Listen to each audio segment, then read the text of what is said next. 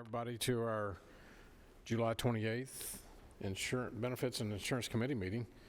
Ms. Thompson, if you would, please call the roll. Rhonda Allen. Dr. Andrea Anthony. Amber Brown. Shay Crowell. Holly Deering. Brian Gaither. Mary Hickerson. Lois Miller. Alan McAdoo. Jeff Phillips. Brian Runyon. Shantae Sherrill. Steve Spence. Eric Tutobeni.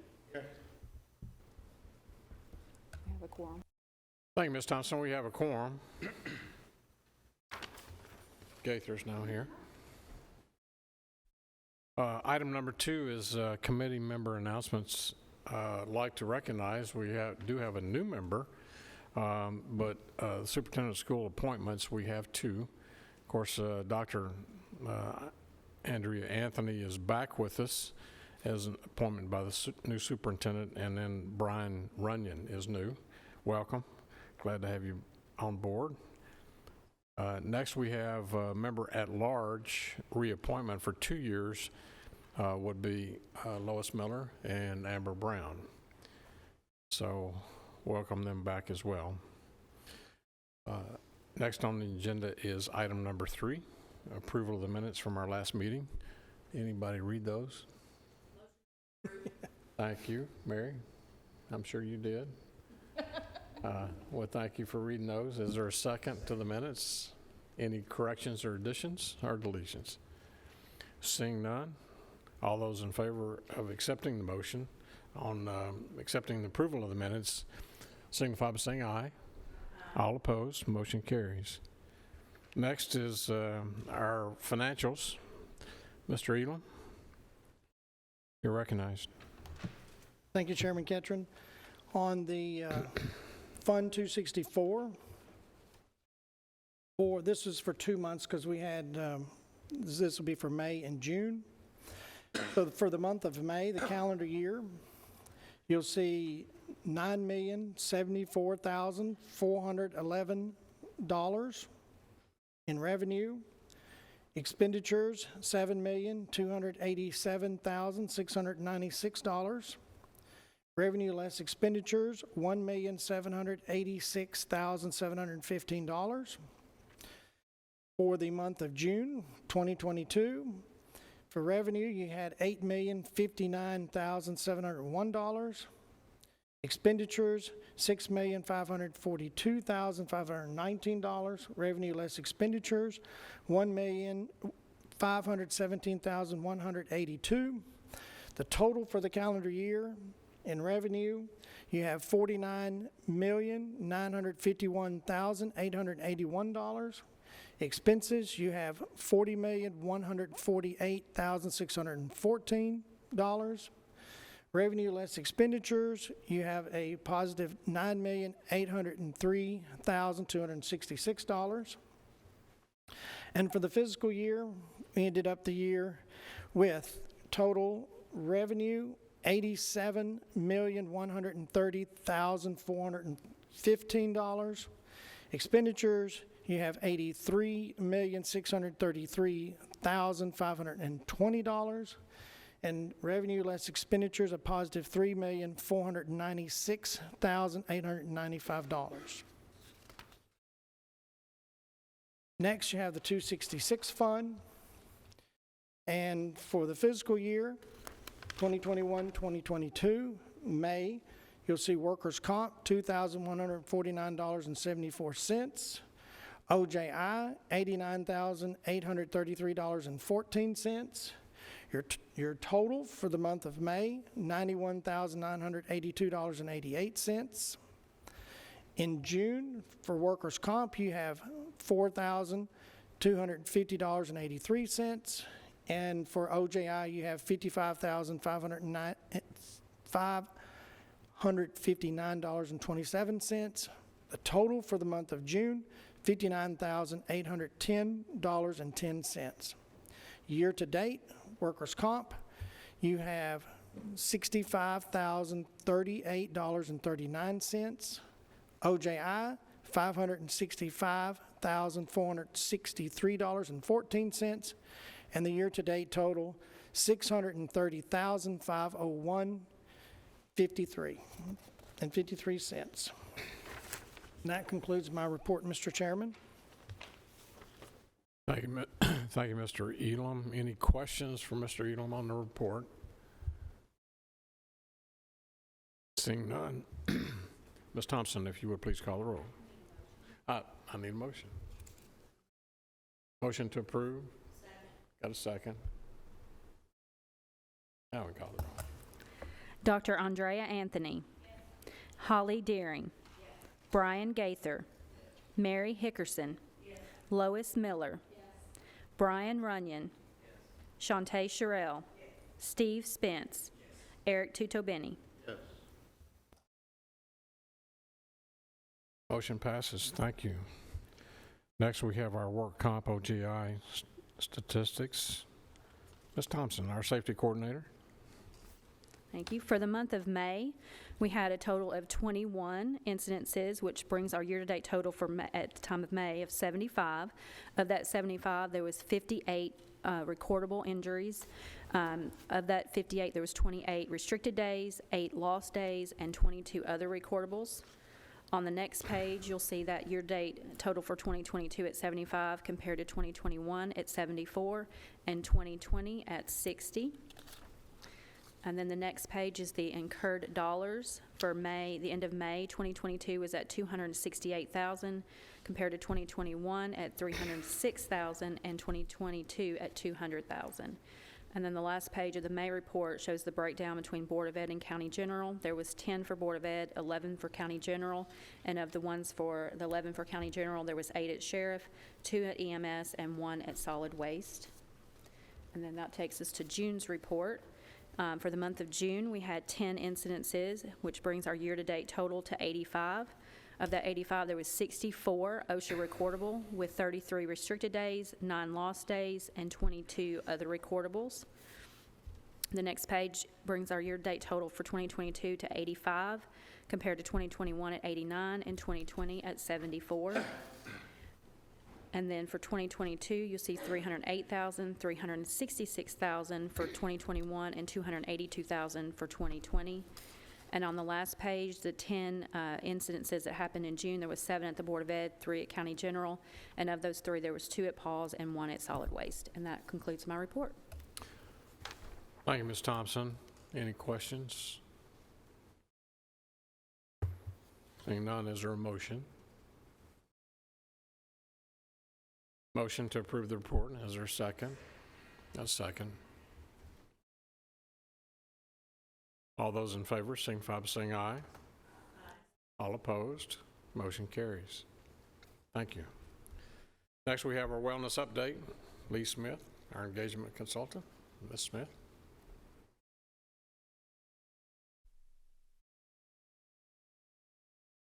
Hi, for the wellness completions in July, we had 2,809 members that have achieved their incentive points for the discount in 2023.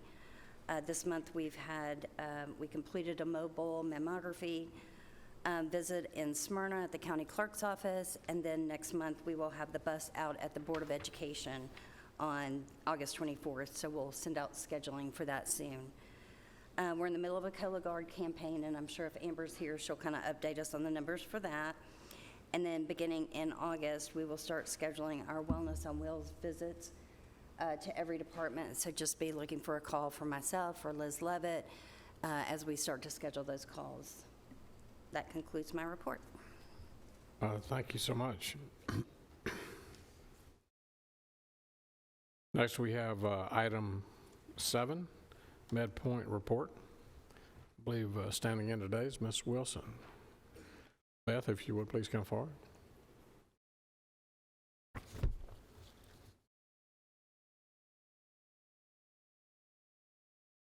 You're welcome. Good afternoon. I'll be reviewing the combined monthly reports for May and June. If you will turn to page 3, the visit summary. The health center saw 633 visits in May, 706 in the month of June. Unique members seen were 525 in May and 550 in June, with New Salem seeing 354 visits in June, Stewart's Creek 189 in June, Walter Hill 163. Visit summary by member type. In May, we saw 161 children, 408 employees, 64 spouses.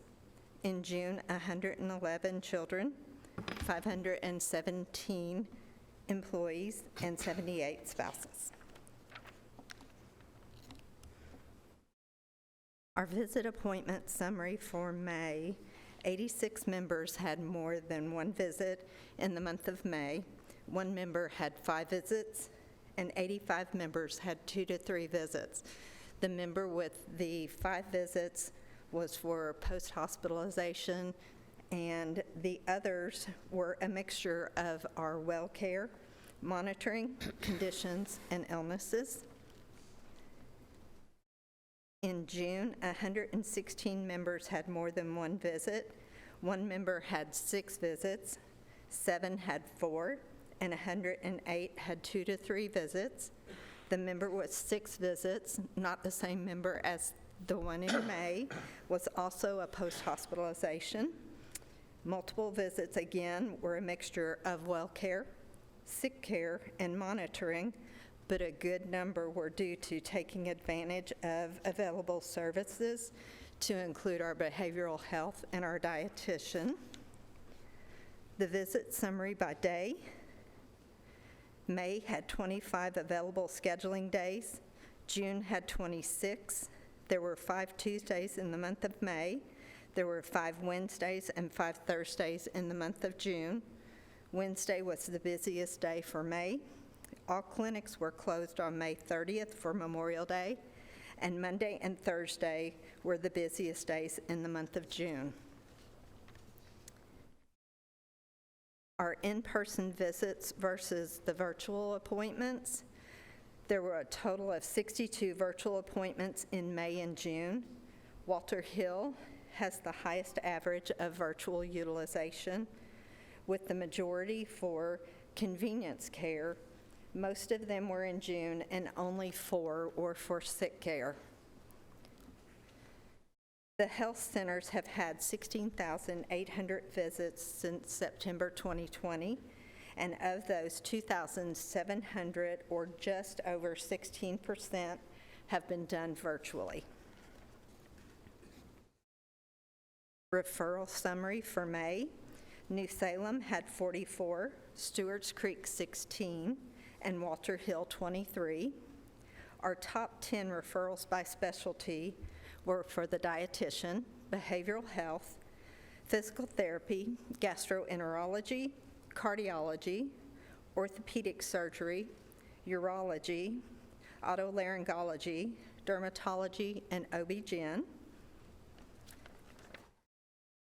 For June, New Salem had 66, Stewart's Creek 28, and Walter Hill 23. The top 10 referrals by specialty were for dietitian, for gastroenterology, dermatology, cardiology, orthopedic surgery, I missed physical therapy, orthopedic surgery, behavioral health, urology, endocrinology, and sleep medicine.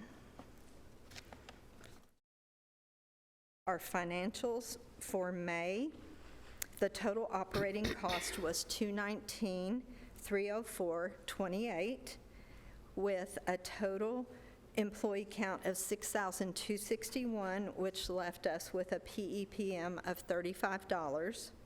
In June, the total operating cost was $190,911.84. Employee count again was 6,261, with a PEPM of $30.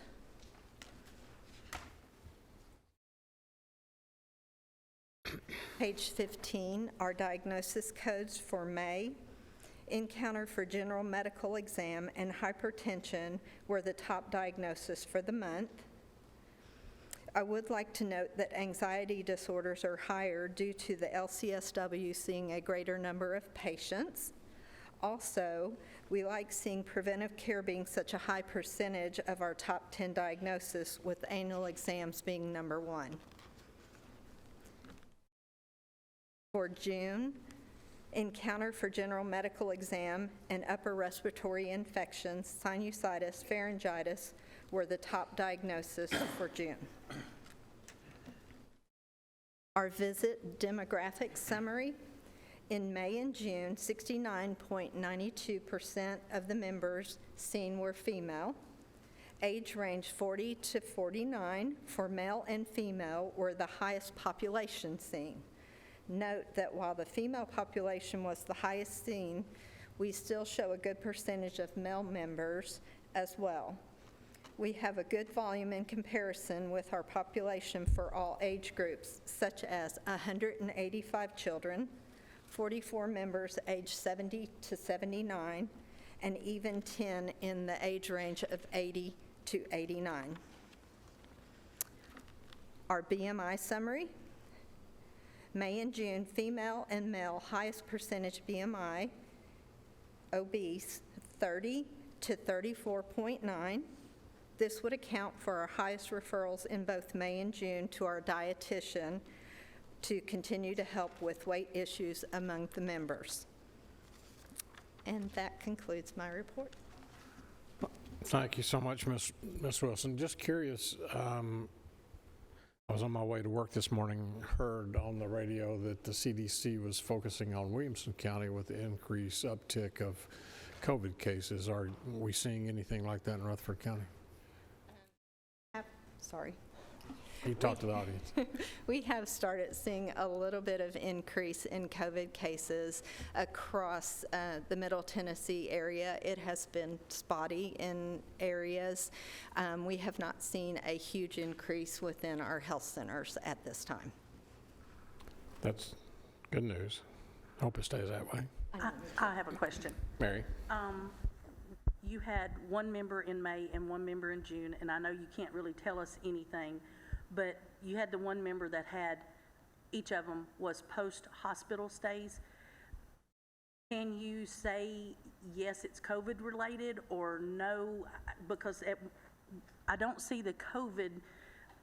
Every once in a while, we'll see a diagnosis and the COVID be Right. in the whole list of things, and I noticed in this report, it's not listed. So, and I know there's a criteria, you can't tell things, but could either one of these been a post-COVID, or, I mean, I don't really know. I just was wondering if the COVID had hit these two instances, and of course that entail is going to hit our cost.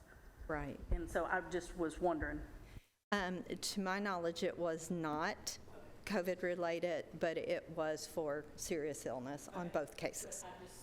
Yeah. Thank you. You're welcome. Any other questions from Ms. Wilson? Seeing none, we accept your report. Thank you so much.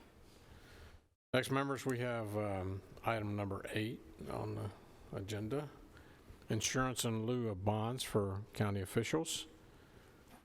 Mr. Elam? Yes, sir, Mr. Chairman. So back a few years ago, the legislature passed a law that you could substitute, instead of surety bonds, you could substitute a crime policy. And with the majority of our surety bonds expiring, I guess it'd be August 31st, we decided that now was a good time to make that move over. And with the change that was recommended and approved by the full commission in the change to Princeton, it was a little different setup there. Crime, we had to do an attachment of a crime policy, but we changed over to a insurance policy, and to do away with the surety bonds. Our limit's like $500,000, except for the Register of Deeds, because his has to be, I'm sorry, the trustee. The trustee. His has to be like 22 million, I think. And so we didn't want to get coverage that high for everybody. And it's just easier to do the bond for him. The reason why this is brought to you is because of the change that we're talking about. And there is a resolution that was passed by the full county commission that states each particular person to have a bond. And so now that we've made this change, we got the insurance, now we're just looking for that recommendation to make this change over for the crime coverage, and to make that to replace the resolution that was passed by the full commission for the bond issuances. That being said, any questions on that? Mary? Okay, couple of questions. In reading through this and everything, I'm assuming that this switch is okay with the auditors, that it satisfies the bond that they're always looking for every year, so that this will entail and satisfy that with them. Yes, and I'll let, We passed that back in 18 in the General Assembly, so the Comptroller's Office was good with that. Okay, all right. The next question is, if I'm understanding this right, because the road superintendent does not run this time, and 4 of my 7 members do not run this time, but in looking at this, we will change everybody's to Yes, this yes, now yes. instead of doing it each election time. So yes, my 7 and then road superintendent will get changed to this time. yes. Okay. We will cancel those bonds, but there's a lot more bonds this time of year, so that's why we waited Yeah, till now. which makes sense. And then my last question is, because I know this whole crime thing was in a big package of property and casualty bid and everything, comparative to what the bond cost is, and I say that because I have to pay it on my members, how does it compare to what I would normally write a check for a bond for one of my road commissioners, as opposed to this for my road commissioner? Okay, so there are some differences, and Susan has worked diligently on this with CTask, and so if she would like to kind of bring everybody up to speed. So we had to get the separate crime coverage policy this year because it wasn't included in our property and casualty with travelers. So basically, you'll just get your portion, your percentage of that, and it will save you all of your bond fees. And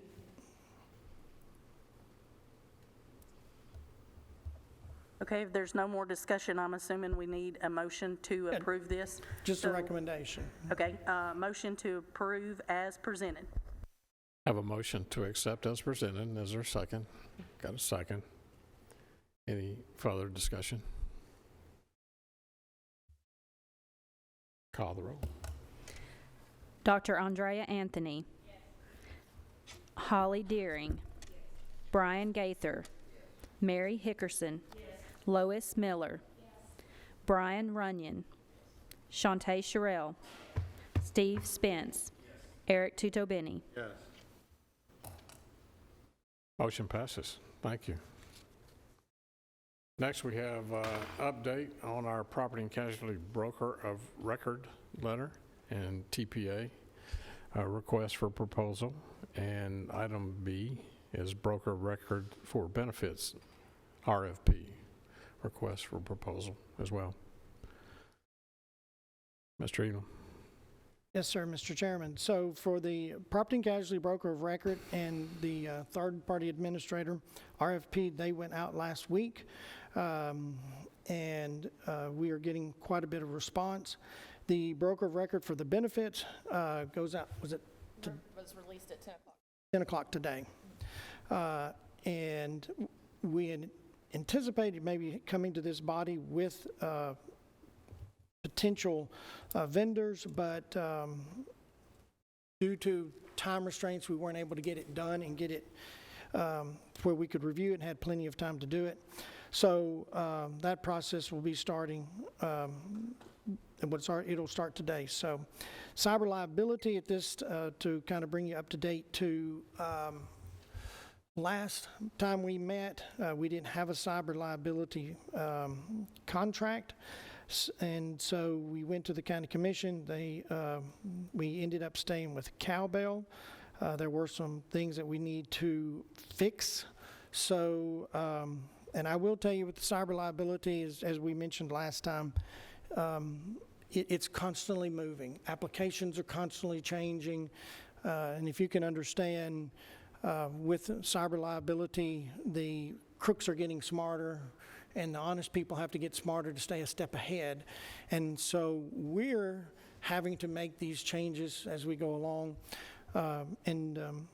One of the things that we have done is we've met several times with those people, OIT departments, our county general, schools, the sheriff's department, and the Register of Deeds office.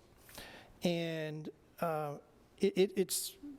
we've been able to make some serious changes. I really don't want to go into a lot of detail because I don't want to tell the thieves anything, but we've made some serious changes. We've had great cooperation with the school, sheriff's department, and everybody.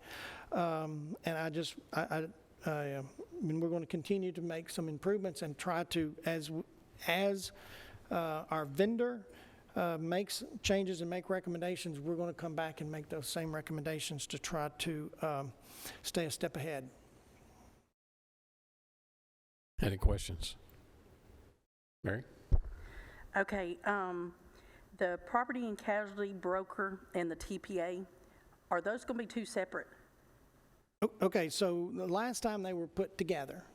So this time you're allowed, or you can, property casualty broker can hook up with a TPA and submit a bid together at a certain price, or you can come in, a third-party administrator can come in by themselves. Okay. And then what we will look at is we'll look at the bids and see what combination is the best. So we did have it together. I was trying to remember that It was last time, but we gave the option of separating it out because we had some people, some TPAs and some broker of records not affiliated with one or the other, and they wanted to bid it out separately. So we felt like we might get a little better pricing if we separated them out.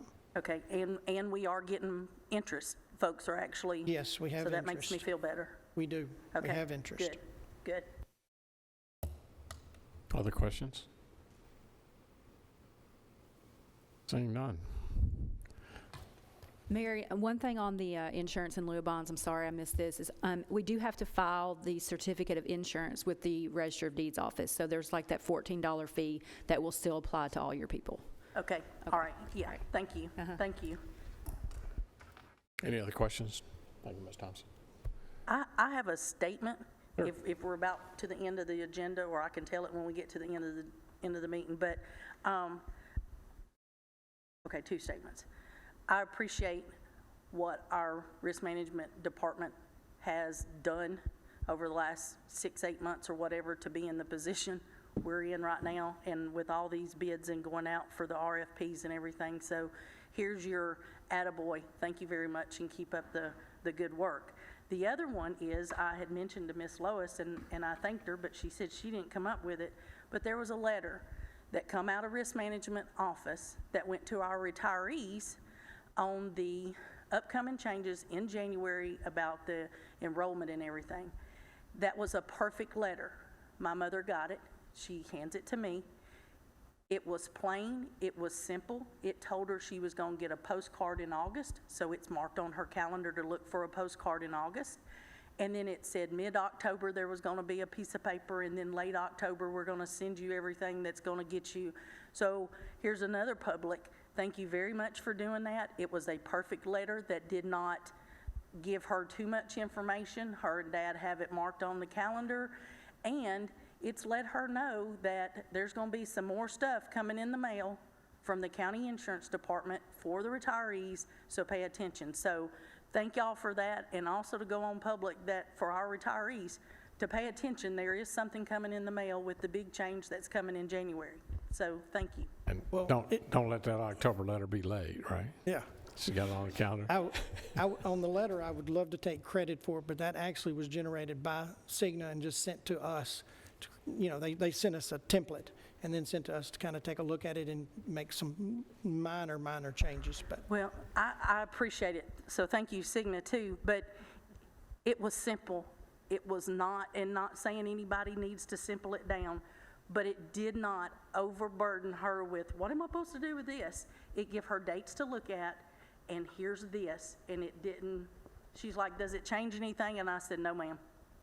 So there's your easiest, because of all the meetings and everything that we've had and been explained to us and everything. So publicly, thank you very much. Thank you, Paul. And if I could, if I could encourage one thing is in the last several years, for retirees, we're trying to figure out the best ways to communicate. And if you have to understand how difficult this is going to be, you have people that are out of town. So town hall meetings is not going to fit everybody. You got people, not everybody has emails. And so some, mail is probably the best way, but it's also the most expensive way. Word of mouth is the cheapest way, as long as it's information is correct, and that's not always the case sometimes. But if you have any retirees, and those that are out there listening, that have an email address, because a lot of times when you retire, we lose the email address because it was their school email. But if you have retirees that would like to send us their email address, that's not our only form of communication, but it is one of the fastest forms of communication that we can put out there. So if you would just send your email address to our office, we'd really appreciate it. Any other comments? Any other business to come before us? Seeing none, members, our next meeting will be on August 25th, same time. So put that on your calendar. Same time here. Room. All right. Seeing nothing else to come before us, we'll stand in adjournment.